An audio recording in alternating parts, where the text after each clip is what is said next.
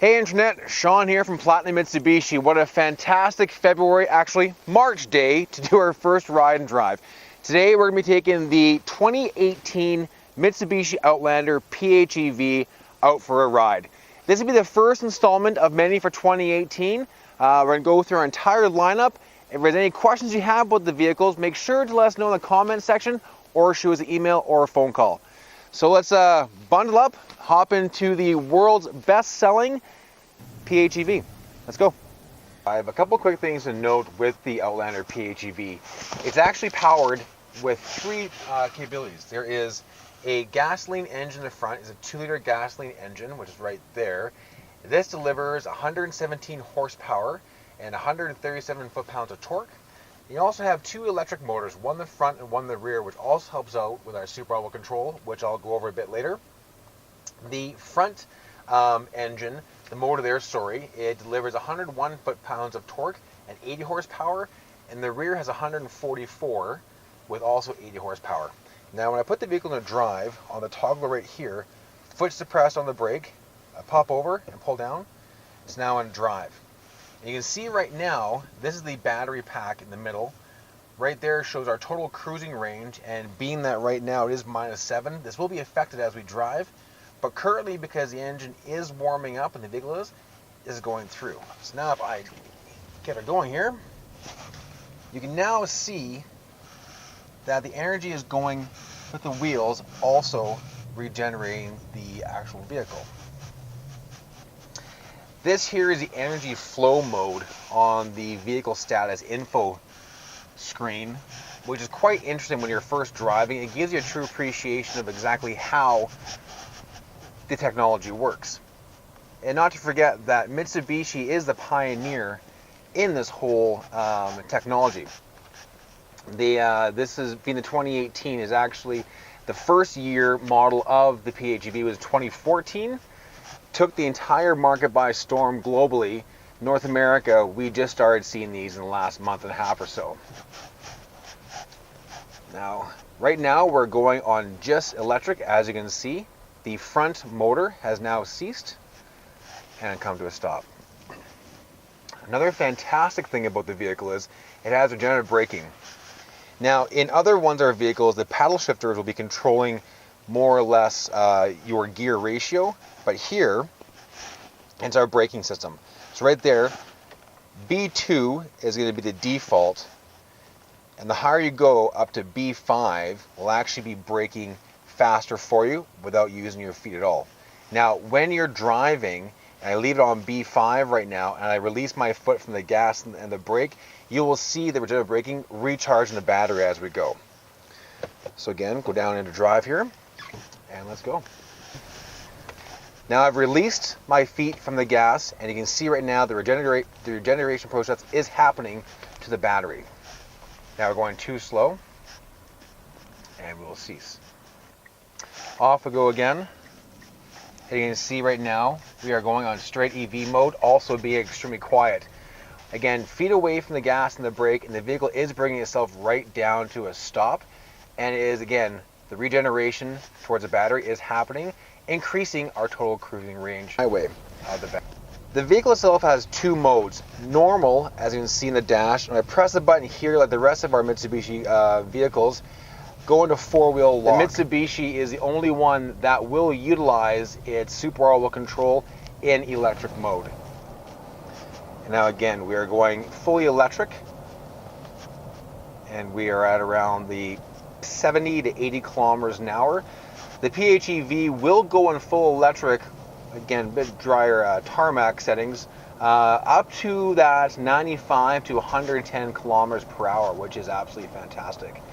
For your local commutes, if you have about a 20 kilometer commute to work, it will be absolutely perfect. There are a few different modes in regards to the vehicle as well, which are located down here. There's a charging mode and a safe mode. Your EV mode. There's also a series hybrid mode and a parallel hybrid mode. One great thing for the Calgary area, if you are in this area, let's say for example you're in Strathmore and it's a bit of a drive coming in, you can utilize your gas engine the whole time and depress the save button. Once you get closer into the city limits, disengage the save button, go into full electric mode. So you're saving your battery for having zero emissions when in the downtown core. Again, keeping that carbon footprint down to an absolute zero. In regards to the charging of the actual PHEV, there's multiple ways.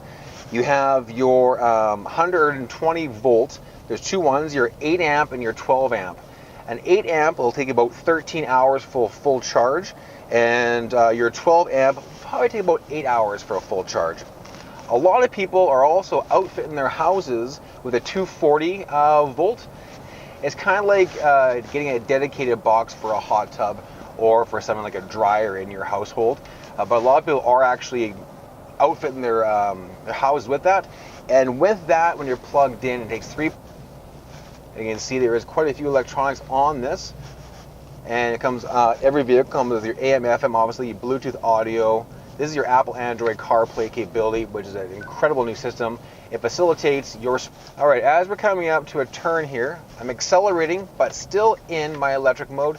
Let go of the gas and the brake, and again, now we are regenerating that battery.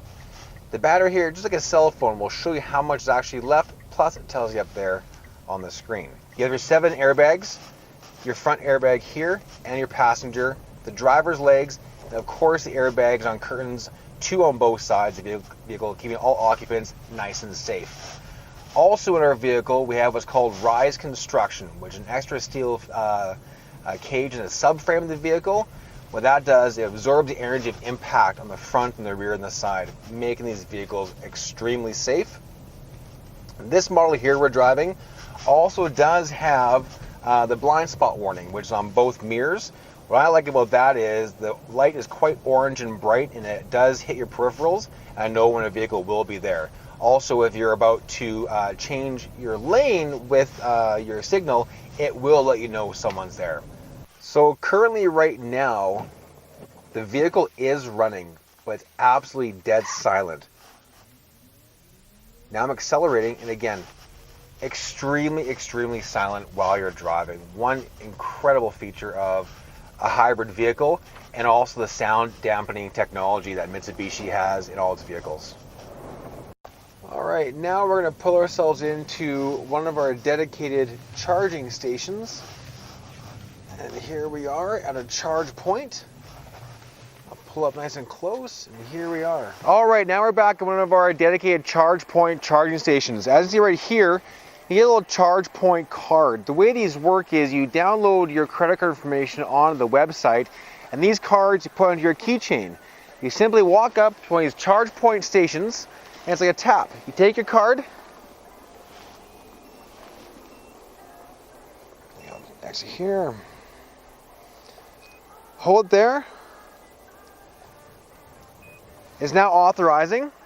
It takes a few moments for it to authorize. Once that click is sounded, just take off your charger. You walk back to your vehicle. I open up charge area. Open up. Plug her in. Where are we here? And we're now charging. Nice thing is, once it hits a full charge, it will stop charging for you. And once you disconnect and then reattach the charging thing to the dock, notification will come to your cell phone via email, letting you know how much you were charged on your credit card. Very simple, and as I mentioned, these are located all across the Calgary area.